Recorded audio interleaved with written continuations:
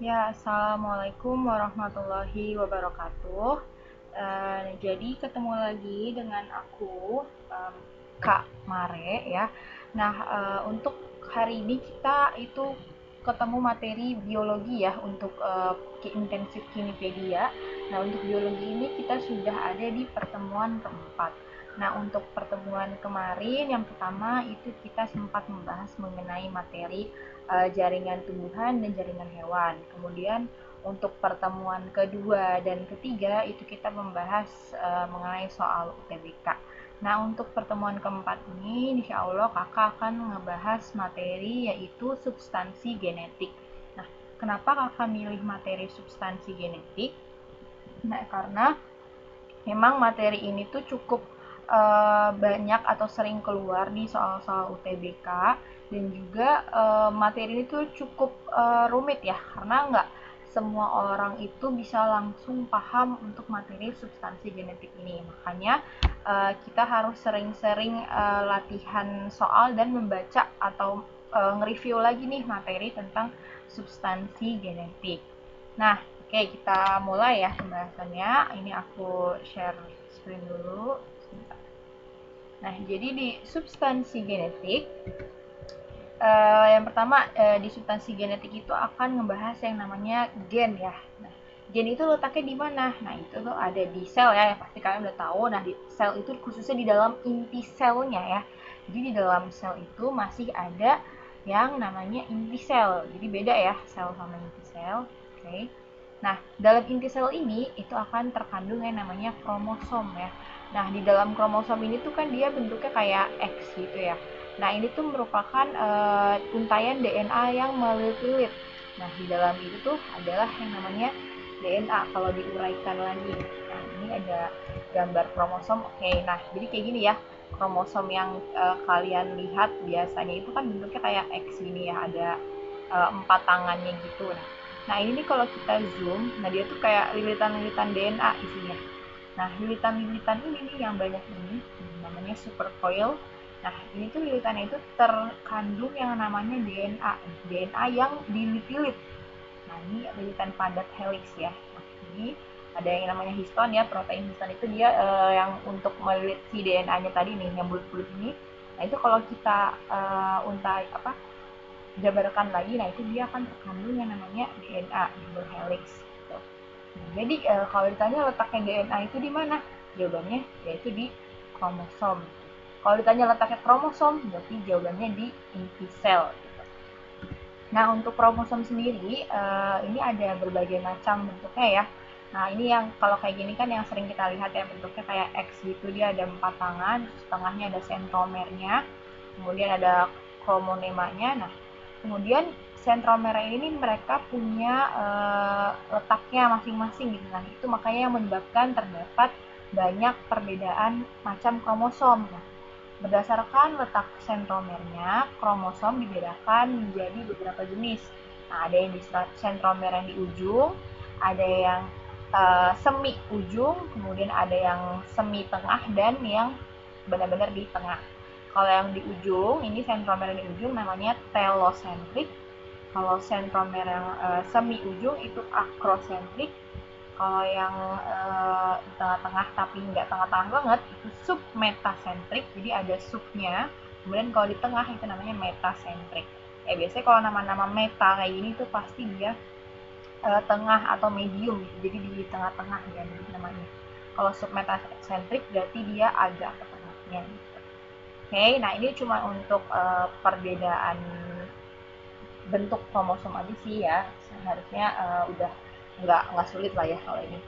Nah, kemudian ada juga di materi substansi genetik ini kita akan mendengar yang namanya alel. Oke, bedanya apa ya? Alel, kromosom dan gen. Oke, tadi ya kalau kromosom itu dia satu kayak ginian ya, tuh satu empat lengan tadi. Nah, kalau gen itu tuh, nah kromosom ini kan terdiri dari DNA, DNA-nya nih, ini DNA. Dalam DNA itu ada tempat-tempat tersendiri. Nah, itu disebutnya dengan gen. Sedangkan kalau alel ini adalah pasangan gen-gen yang terletak pada lokus yang bersesuaian dari pasangan kromosom homolog. Nah, jadi kalau alel itu tuh dia kayak letaknya atau lokasinya dari gen-gen yang gen-gen yang mengatur atau yang bersesuaian dengan pasangan kromosom homolog tadi. Nah, gen sealel ini diberi simbol huruf sama, nah tetapi dibedakan dengan huruf besar dan kecil jika pasangan merupakan heterozigot. Ya, jadi kayak misal kalau heterozigot kan misalnya kayak M besar, M kecil. Nah, itu berarti dia kan dominan sama resesif gitu. Kalau huruf besar ini menunjukkan dominan, kalau huruf kecil menunjukkan resesif. Nah, contoh lain gen sealel misalnya itu gen A untuk pigmentasi kulit, sedangkan gen A kecil atau A besar, kan A besar untuk pigmentasi kulit, kalau A kecil itu artinya dia tidak menghasilkan atau sedikit pigmentasi kulit gitu. Jadi dia ini contoh gen sealel ya, itu gen A dan gen A kecil. Nah, ini menunjukkan gen-gen tersebut bekerja berlawanan, nah, tetapi memiliki tugas yang sama, yaitu mengatur pigmentasi kulit khusus untuk si kulit tadi. Itu ya kalau alel. Nah, jadi alel tuh jadi kayak gini nih, ada lokasi. Nah, antara alel yang ini sama ini, nah itu tuh dia mengatur suatu sifat tertentu gitu. Oke. Nah, kalau gen ya, nah, gen ini terdiri atas DNA atau deoksiribonukleik acid, deoksiribosa nukleik acid. Nah, yang diselubungi dan diikat oleh protein. Nah, proteinnya tadi namanya histon ya, protein histon ini. Sehingga secara kimia DNA adalah unit bahan genetis. Nah, jadi gennya itu merupakan hasil dari spesifiknya DNA lagi gitu. Jadi mereka itu punya spesifiknya masing-masing. Jadi kalau DNA itu satu untayan kayak gini nih, untayan yang mirip-mirip. Nah, kalau gennya itu tuh dia kayak suatu tempat tertentu yang mengatur sifat-sifat dari manusia gitu ya. Jadi gen itu tuh bisa dari sini sampai sini. Nah, ini gen A, dari sini sampai sini ini gen B. Jadi tapi kalau seuntayan itu tuh dia namanya DNA.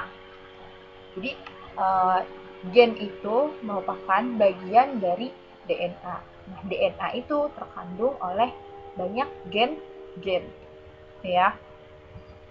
Kemudian untuk DNA sendiri tadi ya, terdiri dari banyak untayan nukleotida atau polinukleotida. Setiap nukleotida terdiri dari gula pentosa atau deoksiribosa, kemudian ada asam fosfat, dan ada basa nitrogen.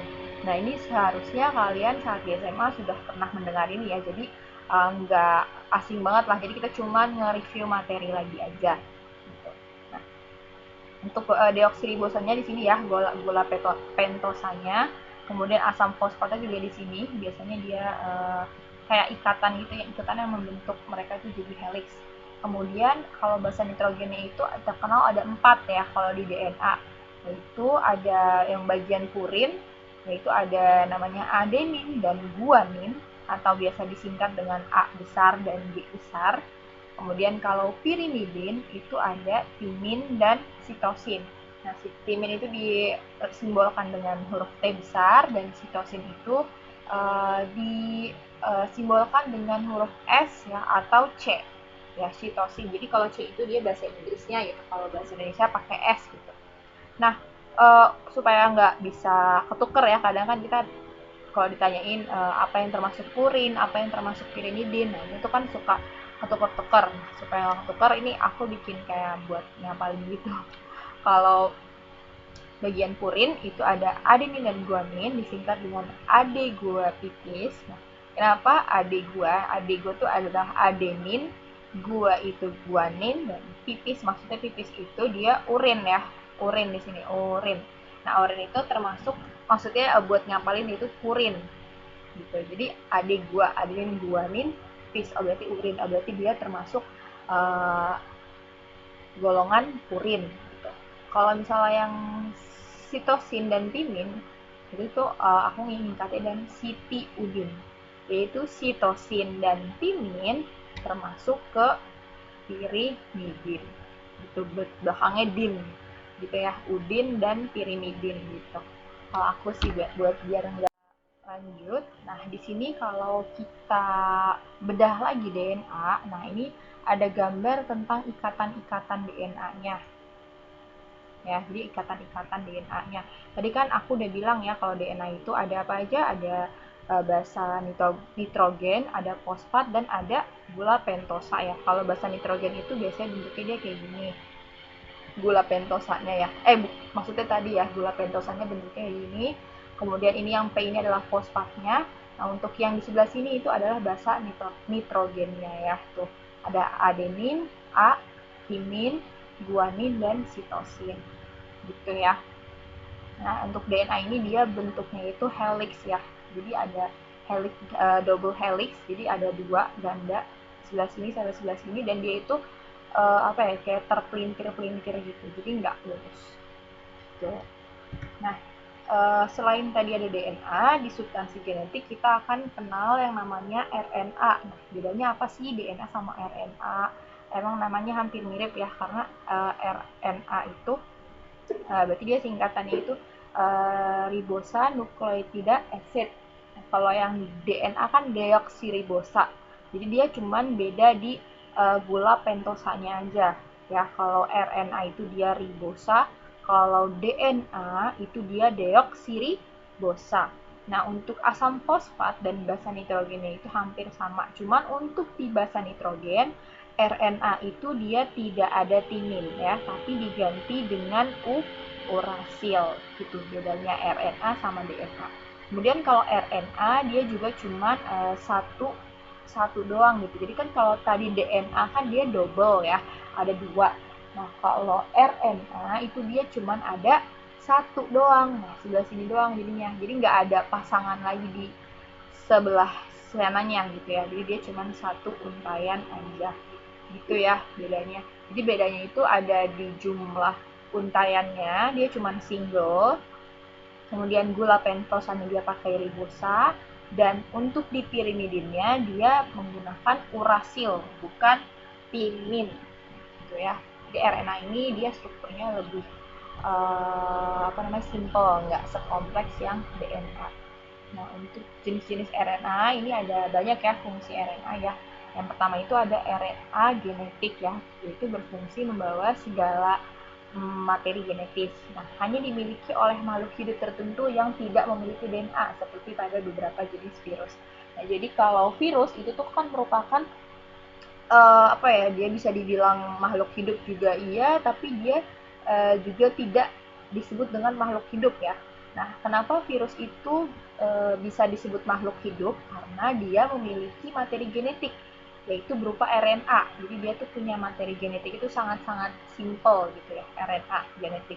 Tapi virus juga dia dikatakan bukan makhluk hidup ya. Karena kenapa?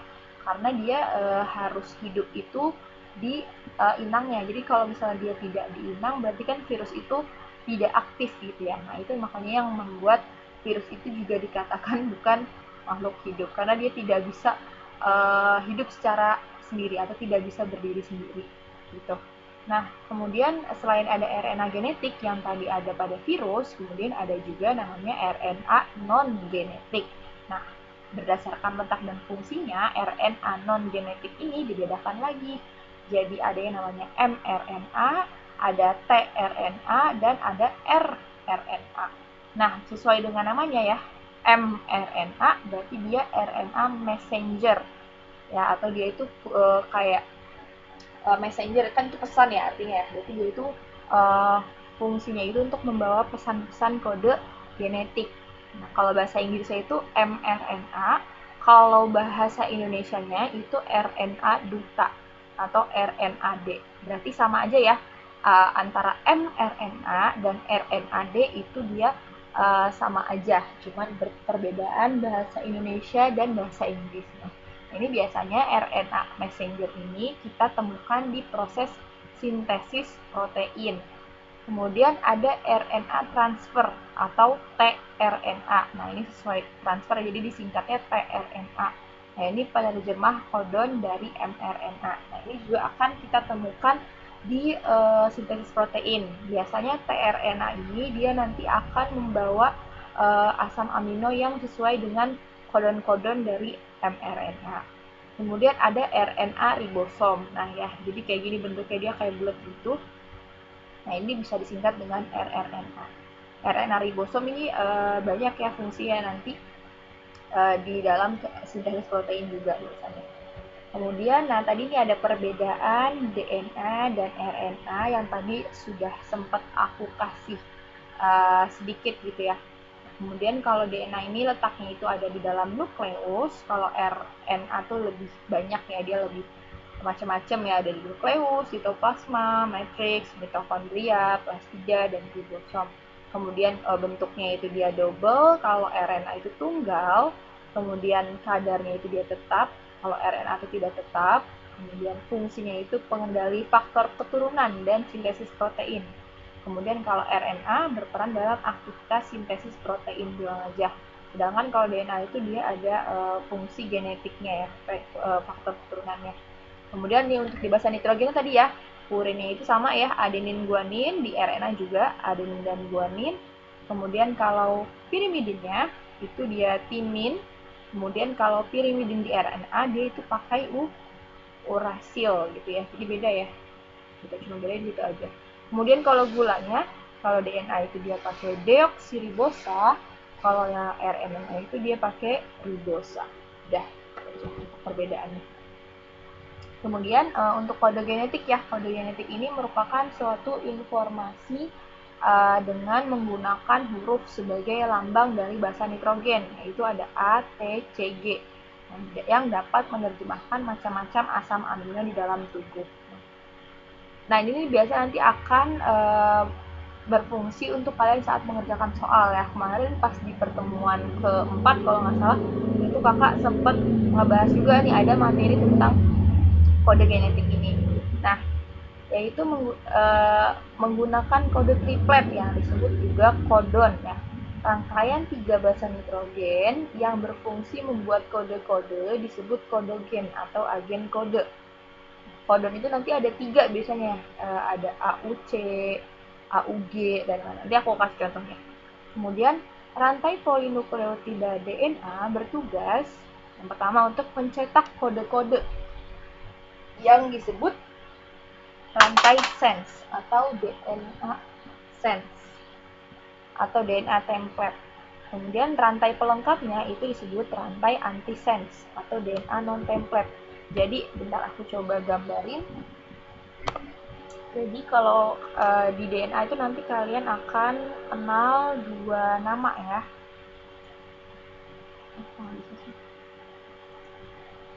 Ya ini kalau aku gambarin.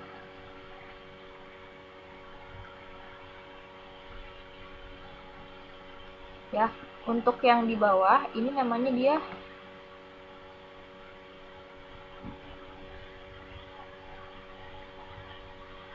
kalau yang di atas itu anti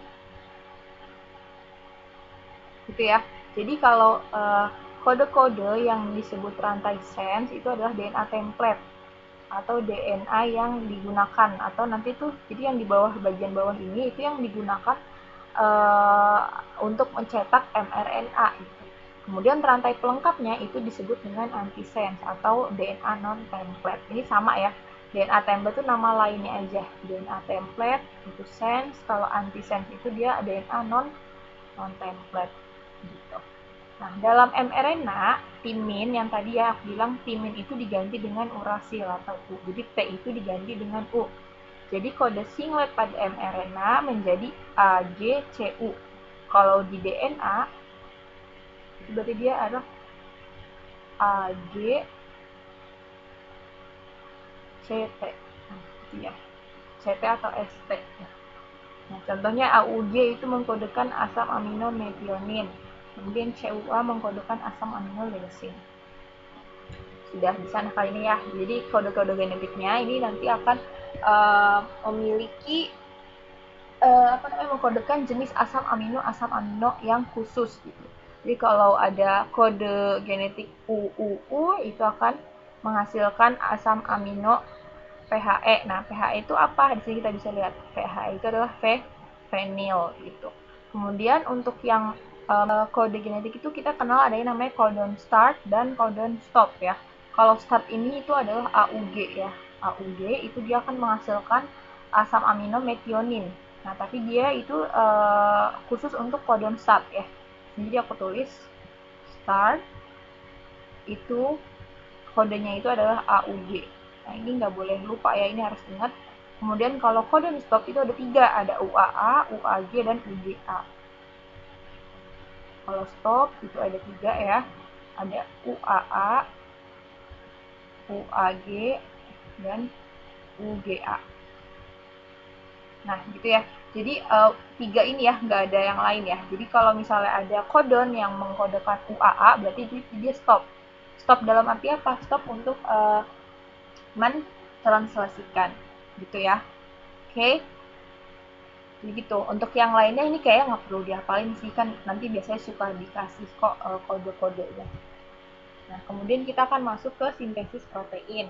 Apa sih sintesis protein itu? Nah, sintesis protein itu merupakan proses penyusunan asam amino berdasarkan kode genetik yang berupa urutan basa nitrogen yang terdapat pada DNA ya. Oke. Nah, di sini ada untaian DNA, ada gambar untaian DNA. Sudah kalian ketahui ya kalau DNA itu bentuknya kayak gini. Kemudian di dalam DNA itu kita kenal ada yang namanya promoter dan terminator. Ini cuman kayak sebuah lokasi di mana tempat untuk memulai dan tempat untuk berhenti dalam melakukan yang namanya proses sintesis protein. Nah, ini masih bentuk DNA ya. Ini gambar DNA. Nah, pertama untuk disintesis sintesis protein kita kenal yang namanya transkripsi. Nah, transkripsi ini adalah tahap pertama yang dilaksanakan di sintesis protein. Nah, transkripsi ini itu apa sih? Nah, transkripsi ini merupakan penyalinan kode genetik pada DNA yang menghasilkan mRNA. Nah, jadi kalau transkripsi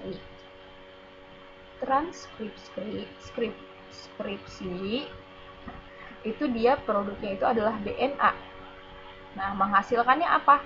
Menghasilkannya itu mRNA. Ini ya. Jadi dari yang tadinya double helix maka akan menghasilkan yang namanya mRNA. Jadi ini produk. Ini adalah salah bukan produk. Ini bahannya, balik. Ini bahannya. Nah, ini adalah produk hasilnya. Jadi yang ditranskripsi itu dia akan menghasilkan mRNA. Nah, kemudian transkripsi ini terjadi itu melibatkan yang namanya enzim RNA polimerase. Nah, kalian pasti udah pernah dengar ya enzim RNA polimerase ini yang dibuletin warna biru ini. Nah, enzim polimerase itu apa? Nah, dia fungsinya untuk membelah si DNA-nya ini. Tadi kan DNA-nya bentuknya kayak gini ya. Dia kayak tergabung gitu kan. Nempel gitu. Nah, si RNA polimerasenya itu datang untuk kayak memisahkan gitu antara yang atas sama yang di bawah itu dipisahkan dulu sehingga bisa melaksanakan yang namanya proses transkripsi. Nah, ini yang oranye ini itu adalah hasil dari mRNA-nya. Ini hasil mRNA-nya. Nah, ini adalah DNA yang sedang dipisahkan. Kemudian tahapan transkripsi. Nah, ini ada gambarnya di sini ya. Jadi yang digunakan itu adalah untaian yang dari 3 ke 5 yang digunakan atau yang ditranskripsikan. Ini ada promoter, ini ada RNA polimerase. Nah, ini dia akan udah kebuka ya, DNA-nya udah kebuka, maka dia akan jalan ya, namanya itu ada elongasi nih, proses elongasi. Nah, dari 3 ke 5 ini nanti akan menghasilkan mRNA dari 5 ke 3. Jadi kebalikannya ya. Tadi kan ini bagian sense itu dari 3 ke 5. Arahnya ya, ini arah DNA-nya itu dari 3 ke 5 yang dipakai atau yang ditranskripsikan, kemudian menghasilkan mRNA atau pasangannya itu dari 5 ke 3. Jadi kebalikannya. Nah, mRNA ini yang hasil transkripsi ini nanti yang akan dilanjutkan ke proses translasi. Ya, jadi ada inisiasi yaitu pemasangan si RNA polimerase dengan DNA-nya, kemudian elongasi yaitu pemanjangan atau perjalanan si RNA polimerase ini untuk melaksanakan transkripsi, kemudian terminasi yaitu pelepasan si RNA polimerasenya. Jadi ini sudah lepas. Nah, sehingga akan menghasilkan mRNA. Ini ya, jadi tahapnya kayak gini nih. Ini RNA polimerase. Ini kalau kita zoom, ya ini ada RNA polimerase. Nah, tadi DNA-nya sudah dipecah jadi 2, jadi dipisah gitu. Nah, ini nanti nukleotida RNA akan terbentuk dari 5 ke 3. Nah, ini nanti yang akan dibawa ke tahap translasi, tahap selanjutnya.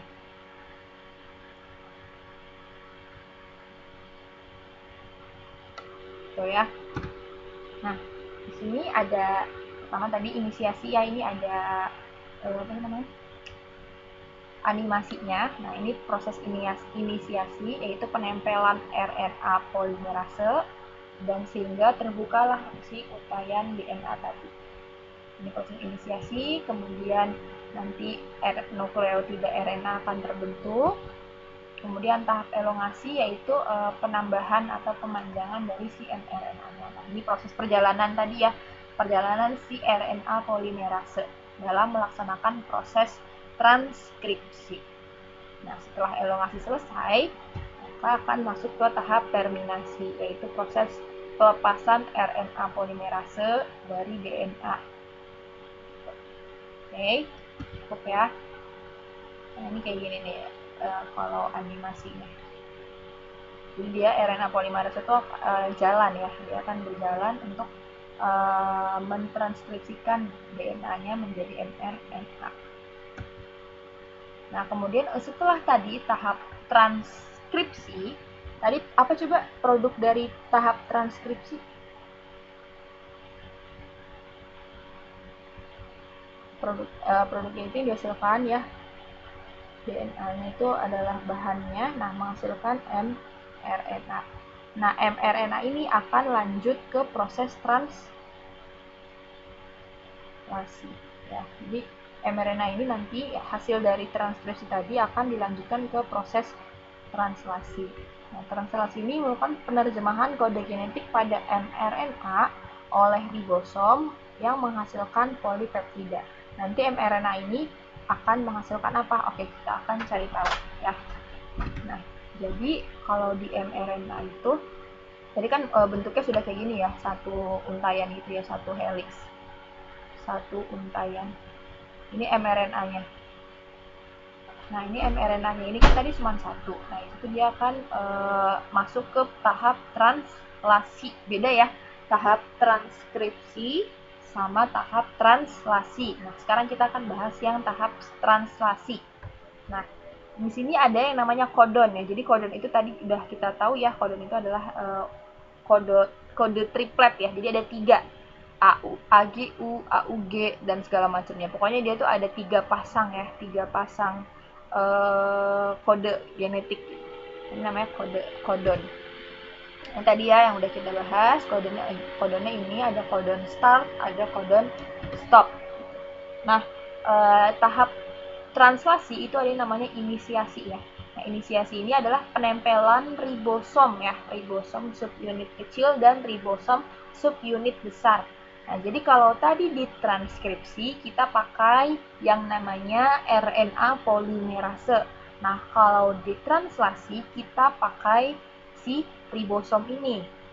Nah, nanti tadi ini mRNA-nya ya. Ini aku tulis di sini. Ini adalah mRNA.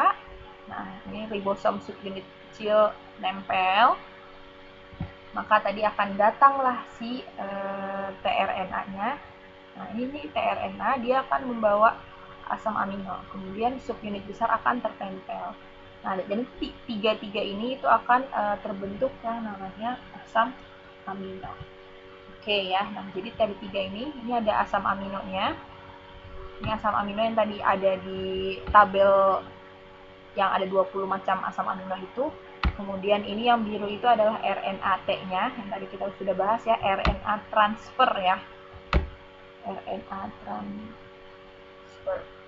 Kemudian ini ada antikodon ya. Antikodon itu yang dibawa atau yang nempel oleh RNA transfer.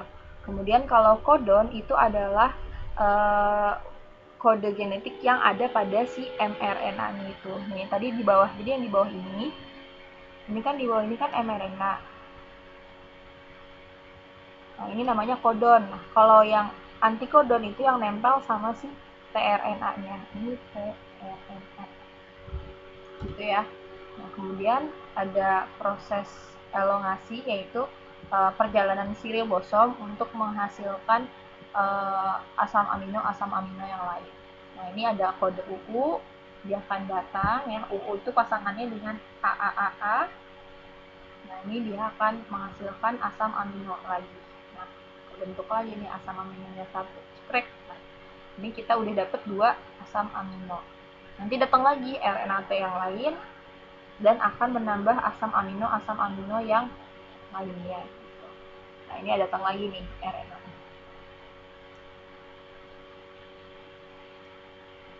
Nah, ini akan terbentuk terus ya sampai banyak ya. Nah, ini asam amino sampai banyak, sampai panjang. Nah, itu merupakan proses elongasi. Nah, ini saat asam aminonya sudah terbentuk banyak, maka akan ada namanya proses terminasi atau penyelesaian ya. Jadi semuanya terlepas gitu. Nah, ini tahap terminasi ini dia akan terjadi apabila bertemu dengan yang namanya codon stop. Tadi codon stop apa aja? Ada UAA, UAG, UGA.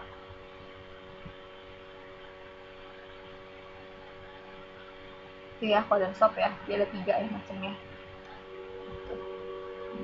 Oke, cukup sekian sih dari aku. Nah, ada latihan soal untuk kalian yang aku kirim lewat Telegram, nanti ada ya PDF-nya. Nah, itu ada latihan soal UTBK khusus untuk materi sintesis protein. Ya, jadi maaf banget ini aku ngasih penjelasan materi lewat video karena nanti malam aku berhalangan hadir. Jadi ada alternatifnya, yaitu aku ngasih video ke kalian dan kalian bisa ngerjain soal-soal tentang sintesis protein ini yang aku kasih di PDF di grup Telegram. Oke, sekian dari aku. Kalau ada pertanyaan kalian boleh banget nanya via di grup ya, di grup Telegram, atau mungkin mau langsung PC ke aku juga nggak apa-apa. Ya, pokoknya terbuka banget. Kurang lebihnya seperti ini ya. Kalau ada kekurangan, mohon maaf. Sekian semuanya. Terima kasih. Sampai jumpa di pertemuan kelima ya untuk biologi. Terima kasih. Wassalamualaikum warahmatullahi wabarakatuh.